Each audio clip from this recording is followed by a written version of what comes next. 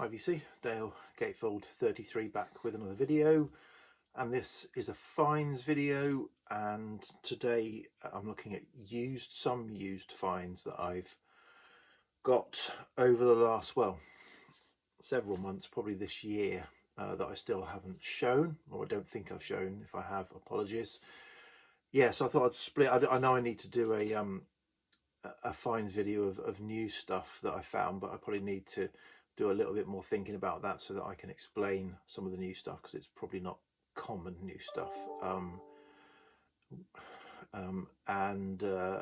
Yeah, so this is used. I've got 10 records from 5 different sources. So 2 are shop finds, 2 are charity shop finds, 2 are record fair finds, 2 are car boot finds, and 2 are results of going and digging in someone else's collection, which I'll explain. So I'll do them in that order, as that's the order they're in.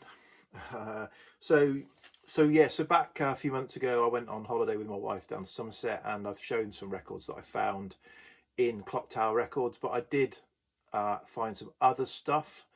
So I didn't stick to my all killer, no filler, although these may not be filler.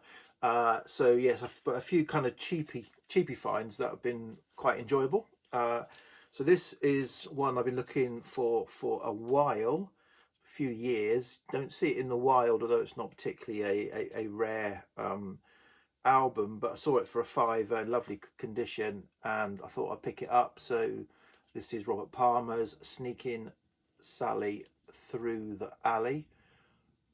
So his debut album, Blue Eyed Soul, if you like, and a number of VC people have shown this record, and so it's been kind of on my mental want list. And when I saw a nice copy for cheap, I thought I'd pick it up, and we've really enjoyed it. Whether I go any further with Robert Palmer, in bags of records that I've picked up from the boots, so you get some of his later material, the more pop, when he became a bit more chart successful. But yeah, maybe the next one I might venture if I see it in my travels. But yeah, this is pretty nice. Builders are about to get onto the drive, so hopefully that won't disturb us. Otherwise I'll have to restart this. So another one that was a £5, I think, is this, the Jags, and their Evening Standards. So yeah, this is a bit of a blind buy in terms of I was only familiar with Back of My Hand by the Jags, which appears on loads of, I don't know, mod revival or new wave compilations. You hear it all the as in that's the only song I've ever heard of the Jags. So I thought I'd give their other album. It's not bad. It's sort of similar vein, not quite probably up to that standard, but pretty good listen. So yeah, sort of mod revival, new wave, what are they, type pub rock, I don't know what you call it, the Jags. But yeah, this is again also on the Island label. Nice copy. Okay, a couple of charity shop finds now. So I've had mixed results. So the local charity shops, to me, I got some stuff early in the year, and I've been popping in more regularly than I mean, I'm not a big charity shop frequenter.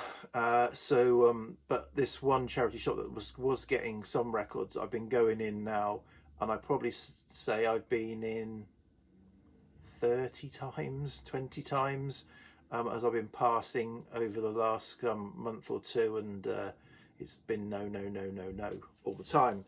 But the last time I was successful, maybe a couple of months ago, they had some 12-inch singles, a load of 12-inch singles, a lot of quite modern, mid-90s stuff, which they're only 50p each, so I took a chance on some of them. And one of the ones I took a chance on, didn't know anything about, was this. It's a white label, unofficial 4-song.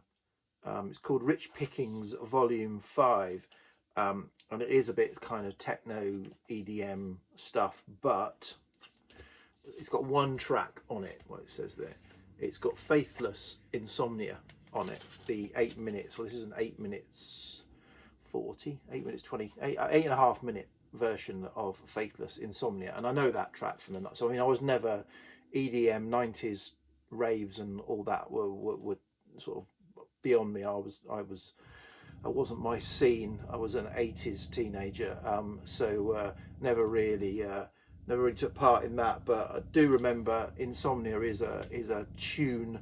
So yeah, for that one track only for 50p, happy to pick that up.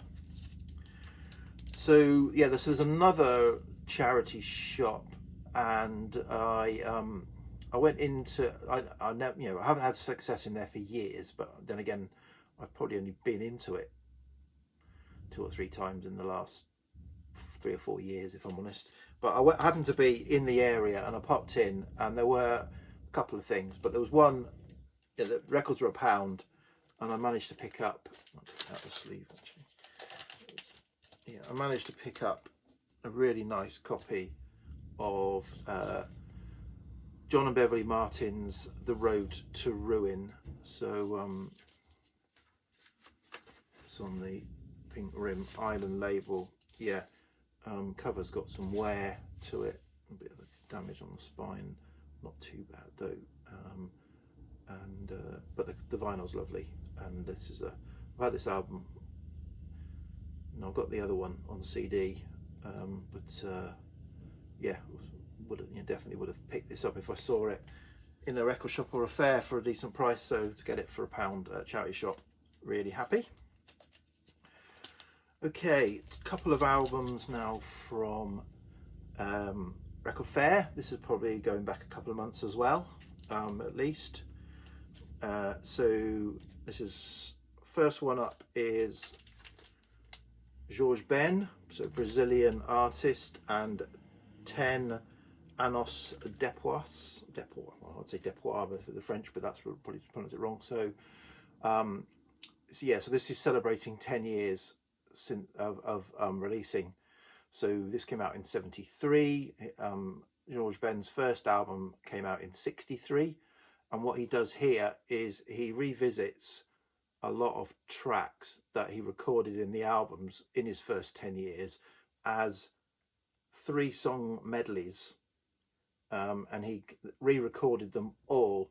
And so you think, well, that's a bit of a rip-off, but no, I mean, they're all slightly different, or they're all, and this is and to me, it stands up as a record, and it's a really summery, lovely, uplifting, upbeat feel of an album. So yeah, so I'll forgive him, putting out a record where he's re-recording previous material, because he does it well here, and this is a nice, enjoyable album. Maybe not an essential Jorge Ben album, but a really, really enjoyable album. I'm glad I've got it. It wasn't much. I think it might have been a 10 or something like that.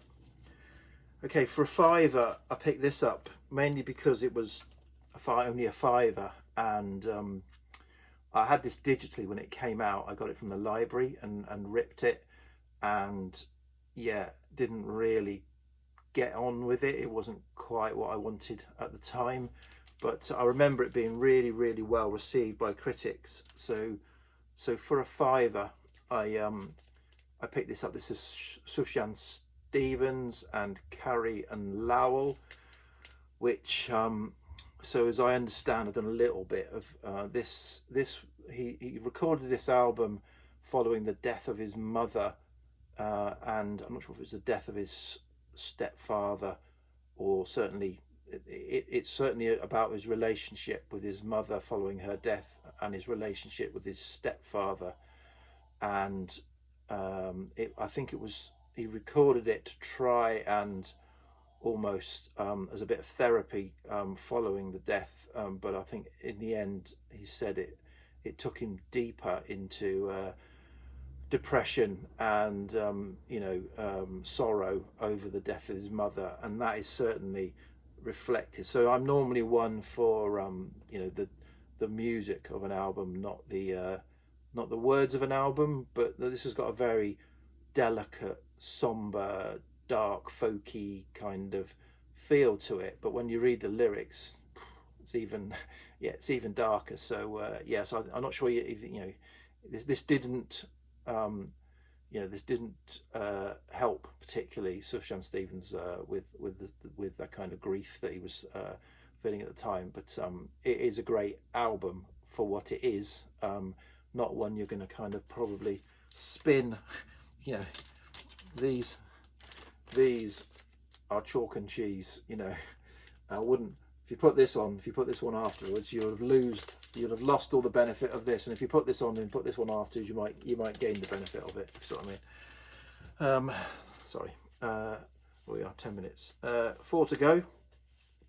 So a couple of car boot finds. I've been, I don't know, hit and miss on the car boot as it always is. I got loads of stuff this weekend. Not too much. Well, one of these was in the kind of a couple of kind of hauls.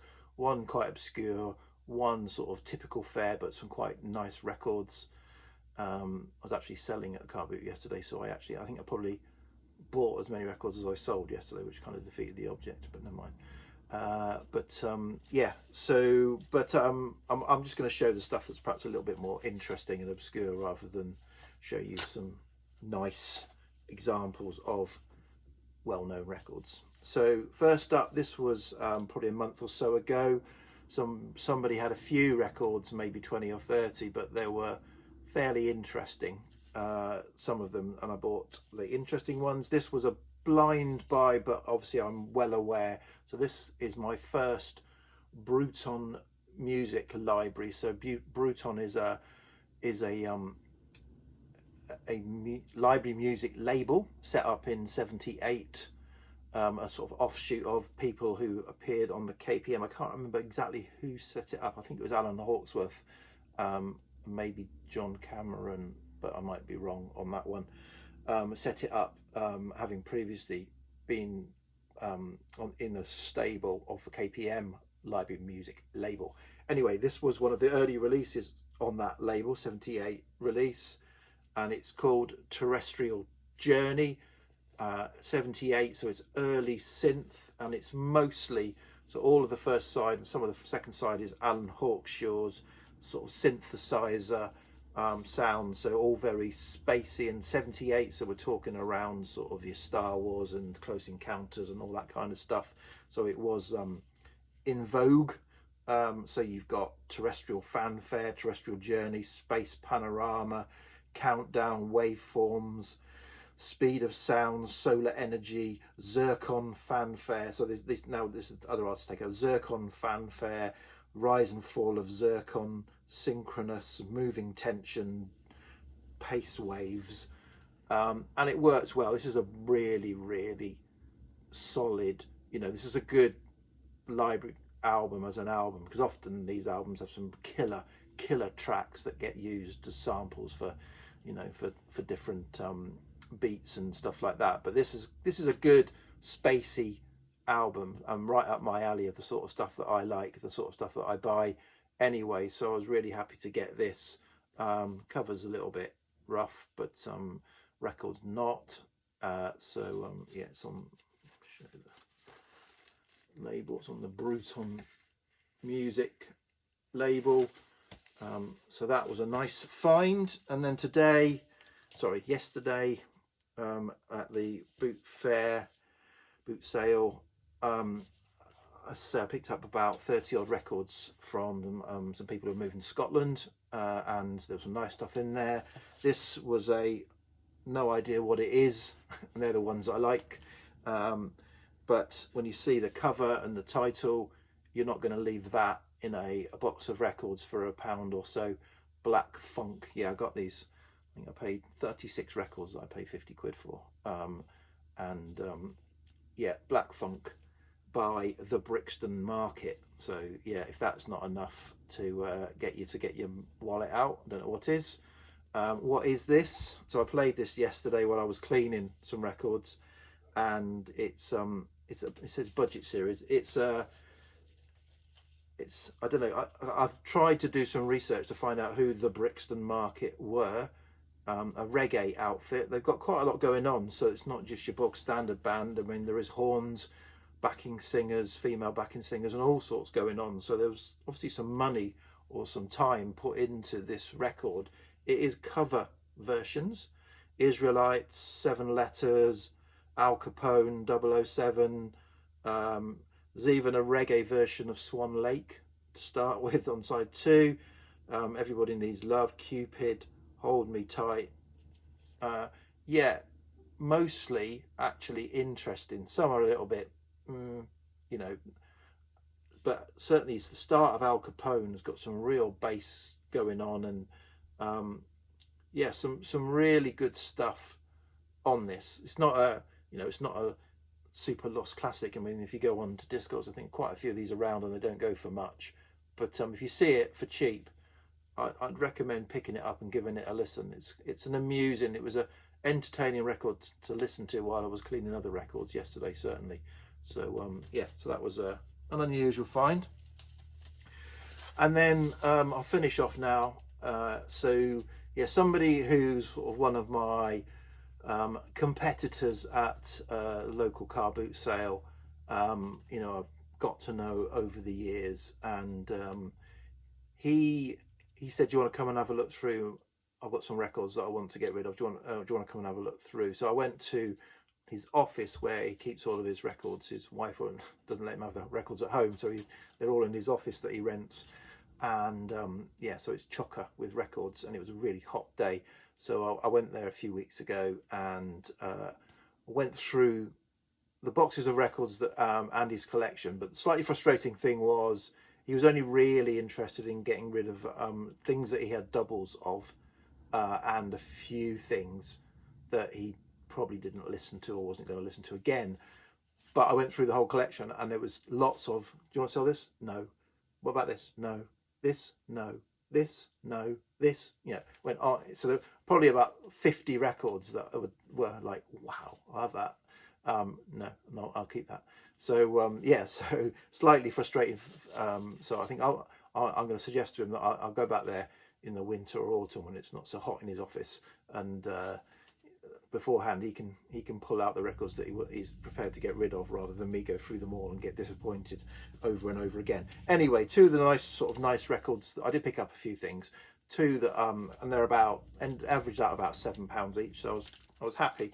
So first up is this, the Lars album from, was it 90?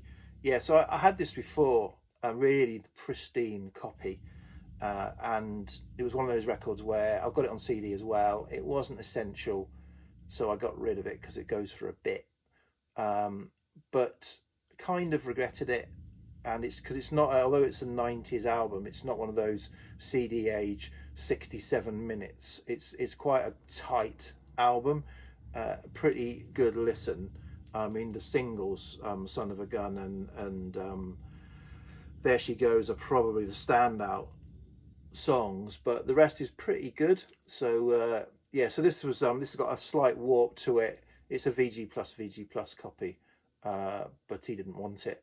So I was happy to take it off his hands. And then what I was the most happy to find, because this is quite a long time want list item that I've just not found a decent copy of. And so for £7 to pick up Killing Joke's debut album, a nice copy of that. And I played this. So this is an album that's on my want list, but I've actually never heard it. But I've read about it, and I didn't. So I kind of knew to expect that it was going to assault my senses, and it certainly does. This is a fantastic album. Particularly, I really enjoyed the second side, but that's maybe because the first one took some getting used to. I've only spun it once so far. I need to spin it again. But yeah, this is an album that really kind of attacks you. Is a great I guess post-punk album. Yeah, Killing Joke's debut. So yeah, happy to pick this up and have that in the collection. So yeah, so some good finds. I'm happy with those, and loads of other stuff as I'm getting rid of stuff. So you can all shout at me, but yeah, but that's the joy of record collecting. You're always craving that next fix, and so let's just forget that I've got a whole nother thing going on about getting rid of records, and let's celebrate the stuff that I'm bringing in. Okay, VC, cheers, bye.